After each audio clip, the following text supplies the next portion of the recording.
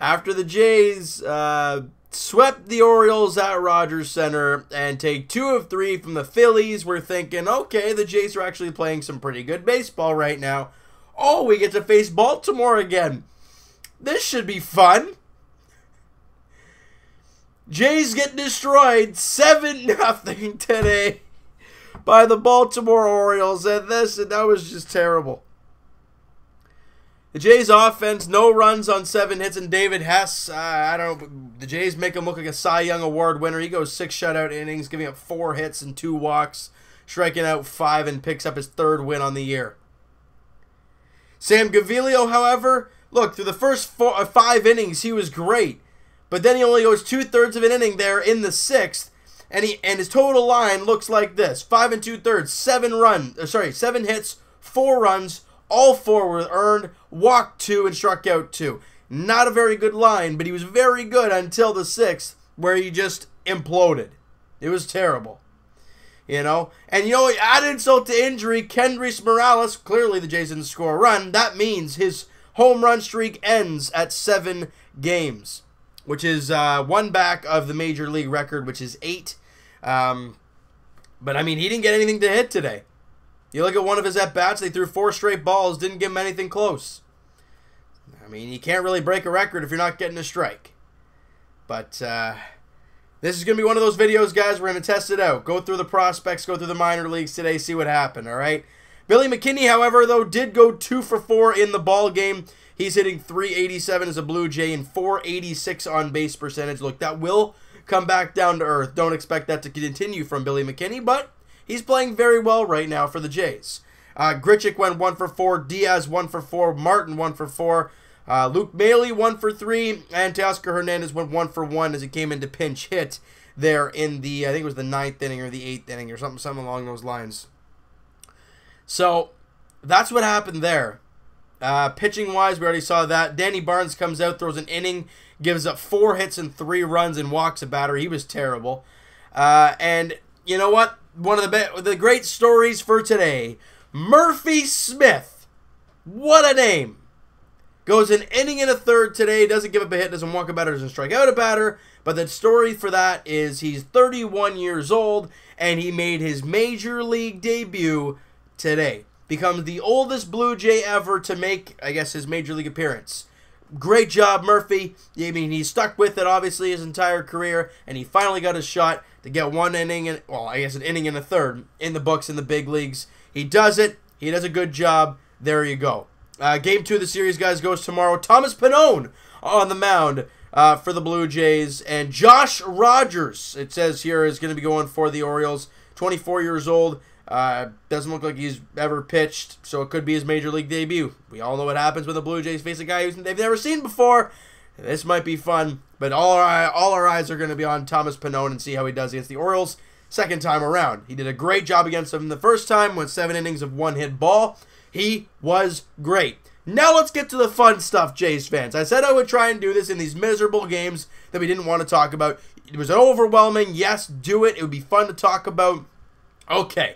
Let's start with the AAA Buffalo Bisons. I got my phone right here, and I'm going to be looking at it. All right? And I already know what happened one time. Don't you guys worry. Vladdy Jr. goes 1 for 4, but he hits a home run and a couple RBIs.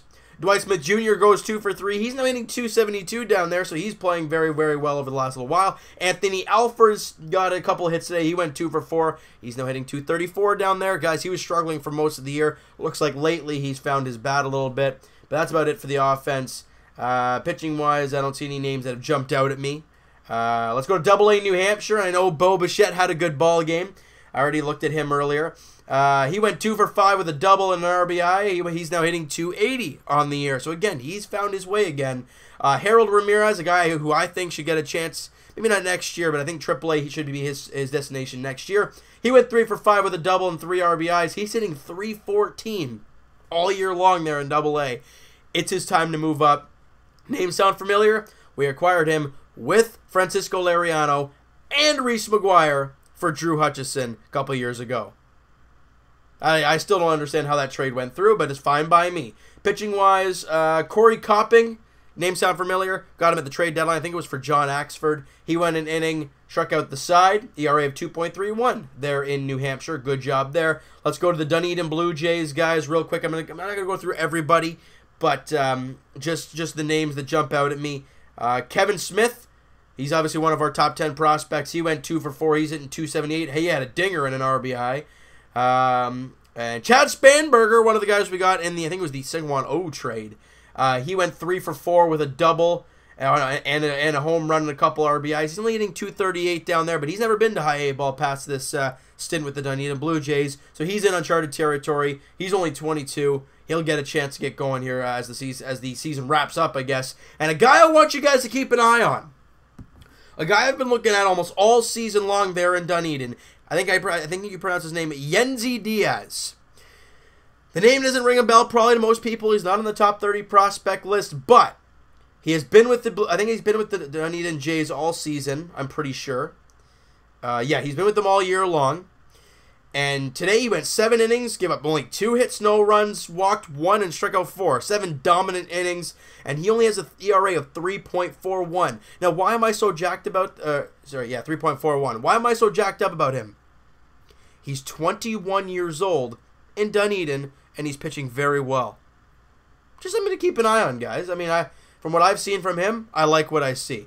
Last thing, we'll go to the Lansing Lugnuts real quick to kind of wrap this baby up here. So the Lansing won 3-1, and pitching-wise, I don't think the Jays have much going on down there except for one guy, Maximo Castillo. He's only 19, and he's pitching very well for them. Samad Taylor, sound familiar? Joe Smith trade. He's only hitting 233 on the year, but he went 1 for 4 today with a double.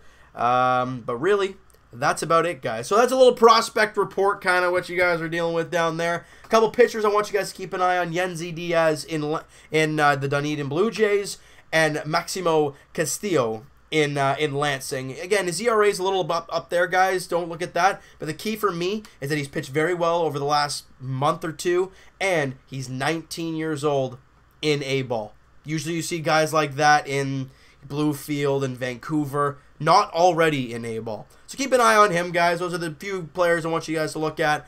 And for the Blue Jays, the actual Blue Jays, they stink today. As we get back into that a little bit, like I said, 7-0 to the O's, and it was just a debacle today. You know, no offense through the first 6.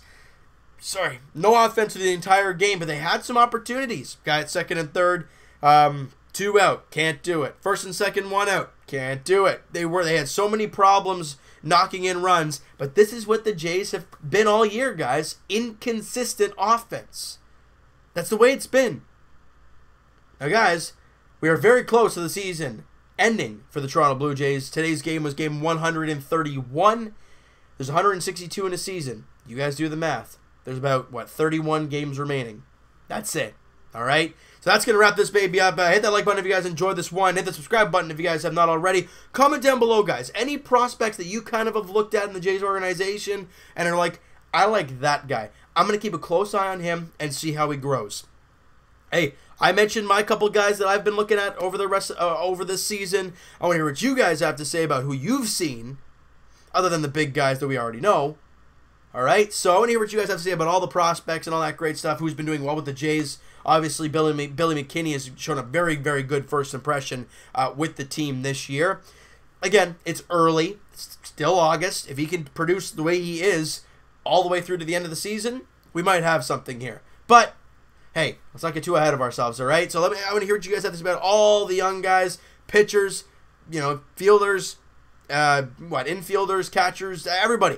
What do your prospects look like for the Toronto Blue Jays? If you had to put a diamond, like 3 outfielders, 4 infielders, pitcher, catcher, sorry, yeah, we're not going to do pitcher, catcher. Your fielders and then your 5-man. Give me everything, guys. 5-man rotation, your 2 catchers. Give me everything, guys. This is where it's going to get fun for us, talking about these young guys. And, hey, it's going to be a lot of fun moving forward, all right? So I will talk to you guys, or Evan and I will talk to you guys Wednesday. He is back in the TO. He'll be, we'll be back live on the podcast there Wednesday afternoon. Link is in the description for the podcast channel and for the podcast itself on iTunes, guys. Twitter is down below. Follow up, send me a DM, do all that great stuff. And I will talk to you guys tomorrow night as the Blue Jays look to put up a better effort than they did today, because because they got Thomas Pannone on the mound tomorrow.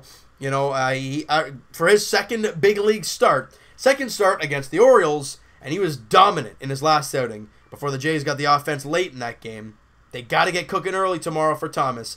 It goes 7:05 first pitch. Thomas Pannone, I think it's Josh Rogers on the mound for the Orioles. We'll talk to you guys then.